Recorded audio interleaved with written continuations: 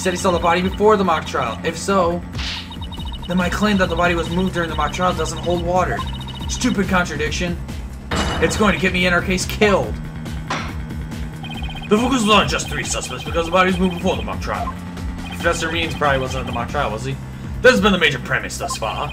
Your assertion, but therefore contradicts the very foundation with this case. Objection! Both sides still lack incontrovertible evidence. So should we not also treat Golden Boy's testimony with some level of suspicion? Good point. Prosecutor Blackwell is on our side. I bet he's figured out the truth behind this case. Well, great, as long as he's not up to something else. If the statues really were broken when the body hit them, then Hugh's statement about seeing the body before the mock trial is a big fat lie. Okay, Mr. O'Connor, let's get to the bottom of this contradiction about when you saw the body. Look me straight in the eyes and repeat your statement to me. Alright, like I said before, before the mock trial, the body was, you know... I shall only say this once, Golden Boy. You had best tell the truth and do it now. That is, if your head wishes to enjoy the continued companionship of your body. Yikes! Now, out with it. Did you truly witness the body?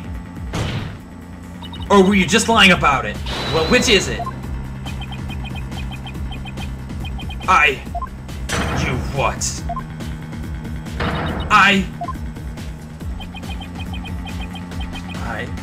I never saw the body. Are you sure about that? Lying to this court again and I'll charge you with perjury. There was no body on that stage. I've been lying about this whole time. I'm sorry.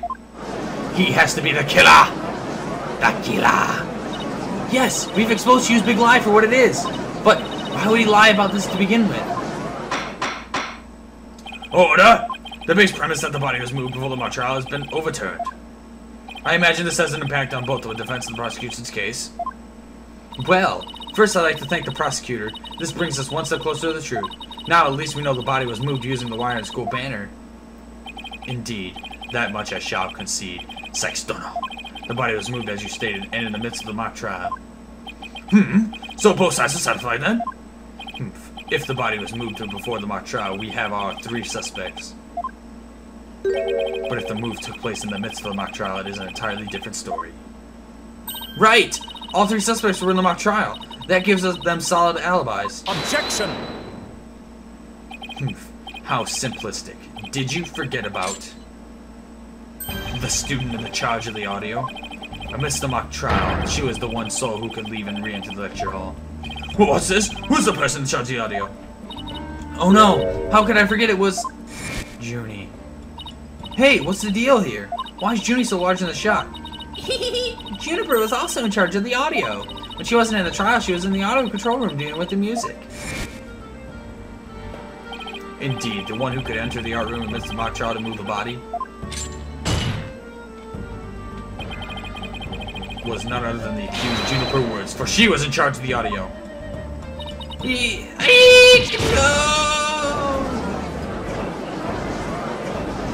Oh man, we're in trouble now! Well, yes, I see. That does make perfect sense. This can't be happening. Instead of exposing Hugh's crime, Junie's in even deeper. No matter how you slice it, we're cooked. Here, I thought Prosecutor Blackwell was on our side, at least on this issue. The Twisted Samurai strikes again. Twisted? It's more like dirty rotten. Your boldness. It is time to put an end to this farce.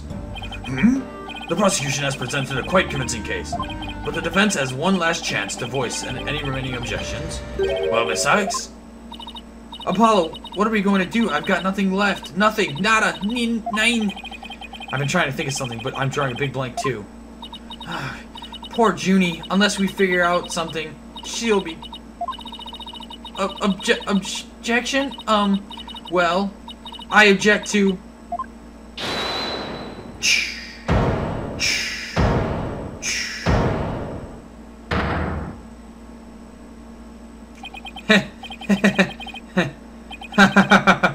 Stop right there. All ears to me. It's time you heard about the rare genius of Hugh O'Connor. He's sweating. Listen and you hear the secret behind my perfect crime. Perfect? Crime?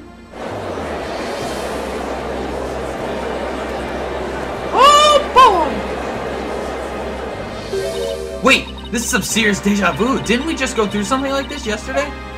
Yes, we did. This had better not be another one of his enraging traps. The murder, the moving on the body, the cover-up, it's all sprung from my brilliant mind.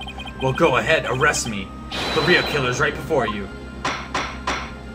Order, I say! Mr. O'Connor, you already confessed yesterday. Then earlier today recanted your confession. As if you mouth breathers could comprehend my genius, the end justifies the means. Now bow down and kneel. Kneel before my great and maddening intellect. Objection!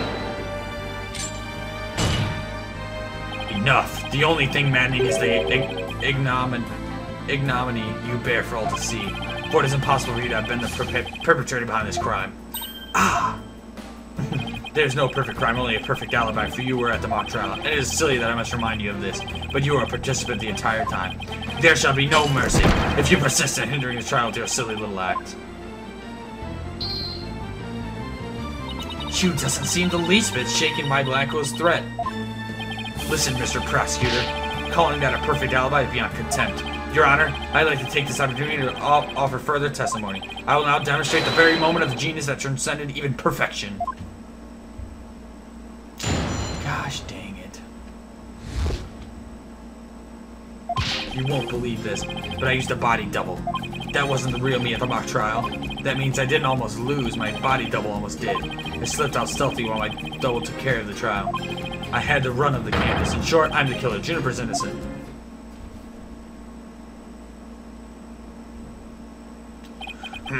I have a question. I was hoping the defense and prosecution might be able to help answer. Is it just me, or does the witness testimony make no sense at all? No, it's not just you, Your Honor. All I got from listening to that was a headache. Yeah, that was just plain weird. Especially the whole thing about a body double. Well, I'm relieved that it's not just me. And the prosecution? Your baldness. Summon an ambulance this instance. The witness is stark, raving mad. Yes, I think that would be for the best. Now then, let's pretend that never happened and move on to my verdict. You people don't believe me? It's not a matter of not believing you. It's more along the lines of questioning your sanity. Yeah, the funny farm just called. They want their genius back. Shut your pie holes. The intellect of a genius transcends even logic. Besides, don't you guys have that weird device for testimony like this? Objection! Which is not a weird device. Don't waste them on ridiculous testimonies. Easy there, Tiger. Think of this way. We don't want a verdict to be passed just yet. So how about we give Widget a try? Well, this is against my better judgment, but I'd like to conduct a short therapy session. Your better judgment? I'm a judge, and it's far beyond mine, yet I find it hard to say no. Prosecutor Blackwell, I trust you have no objections. Prosecutor Blackwell? He's gone. Prosecutor said, rubbish. We will be out on a stroll. Then left with Detective Fulbright? How does he get away with stuff like that? Then I'll interpret that as meaning he has no explicit objections. Alright, Miss Sykes, you may proceed with your therapy session. I've seen my share of crazy trials, but this one takes the cake.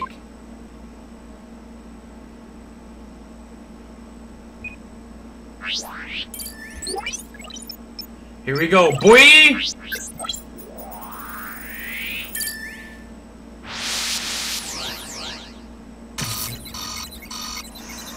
Alright, major discord.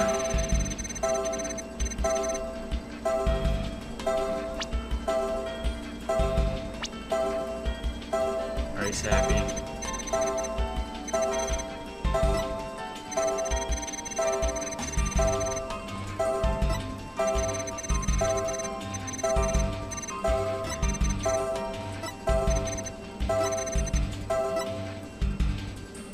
I don't get it. His confession is overflowing with happiness. Maybe he enjoys thinking how his mouth breathers can't comprehend his genius. This goes way beyond normal happiness. He seems to take an insane level of delight in his confession. Even a normal level of delight would be weird for a confession. Then again, he's not what I'd call normal. Hugh, why are you confessing? Who is this really for? I feel like that's the key to this out-of-control emotion.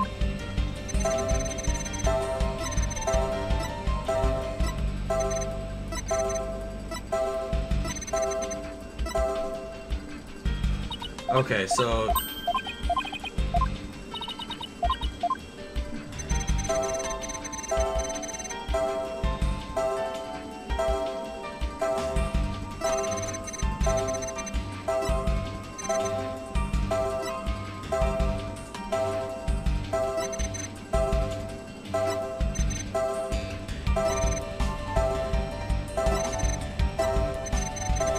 Can I present anything?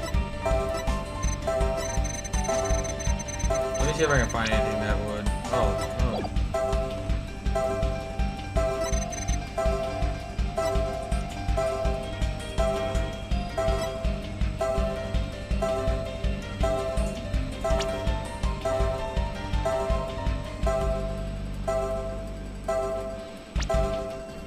Junie's causing his happiness.